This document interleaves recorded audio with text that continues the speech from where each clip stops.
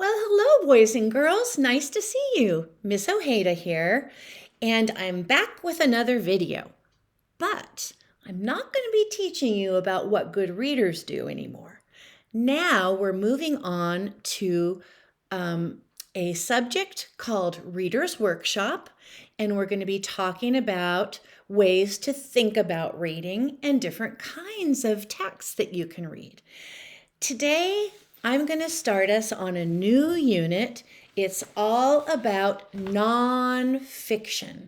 So I made a little sign that I could share with you so that you can understand right off the bat a little bit about nonfiction.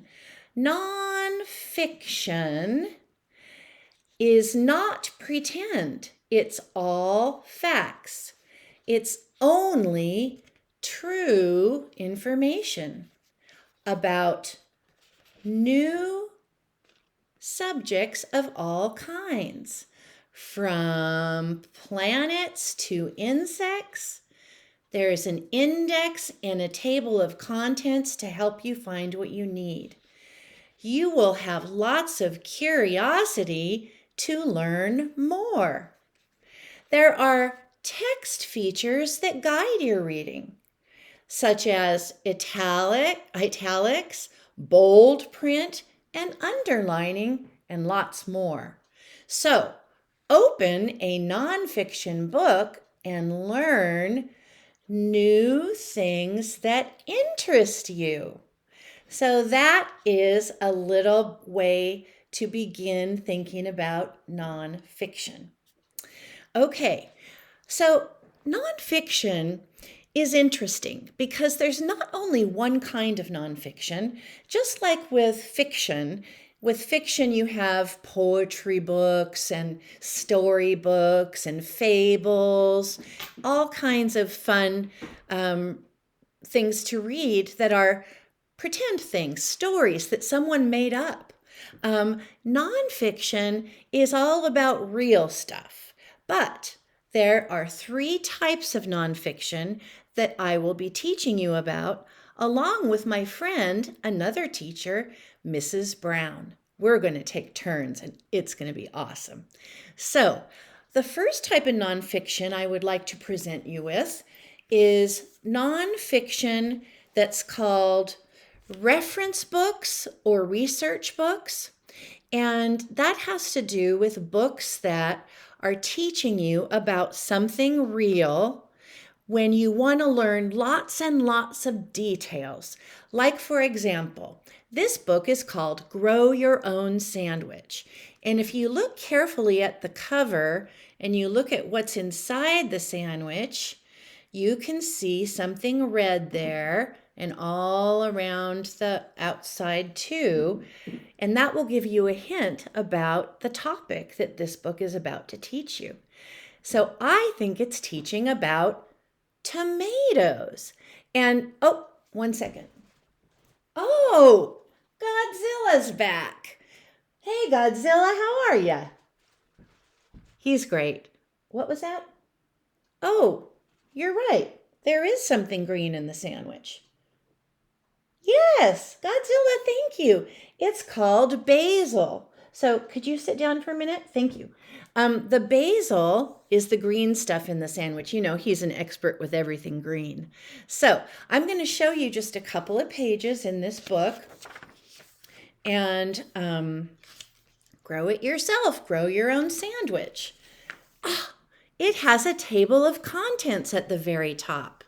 It tells you what page you will find different sections on. Like if I wanted to find something about how to make a cheese and tomato sandwich, I would go to page 28.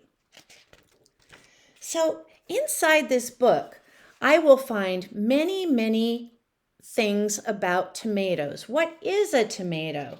Lots of photographs, ideas about how to grow tomatoes, about how they grow from seeds, lots of information about how to use tomatoes. It's packed full of information about tomatoes. Another kind of nonfiction is called a biography.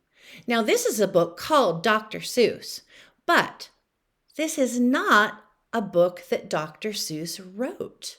This is a book about Dr. Seuss. So, if you have a favorite book like The Cat in the Hat, this is not one of those because that's a book that Dr. Seuss was the author and the illustrator of. Oh, excuse me, Godzilla? You want to tell me about your favorite? Godzilla? What is it? His favorite Dr. Seuss book is, of course, Green Eggs and Ham. Thanks, Godzilla. That was funny. So, this book, I'm going to read just a short amount for you so you can see how very different it is from a book that Dr. Seuss is the author of. Oh, wow. Another table of contents. That's interesting. Who was Dr. Seuss?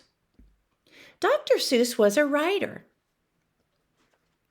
He wrote and illustrated stories for children. His real name was Theodore Seuss Geisel, and he wasn't really a doctor. His most famous book is The Cat in the Hat.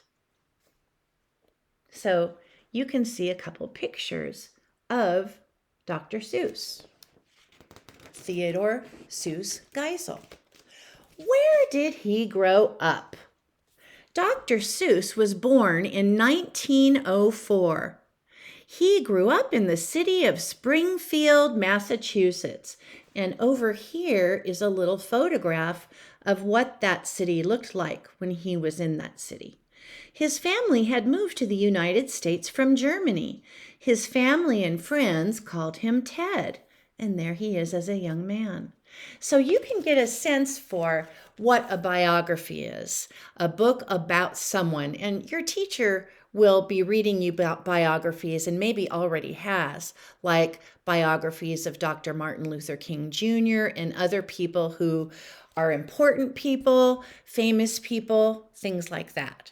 Now, the third type of nonfiction that I'd like to show you is called literary nonfiction.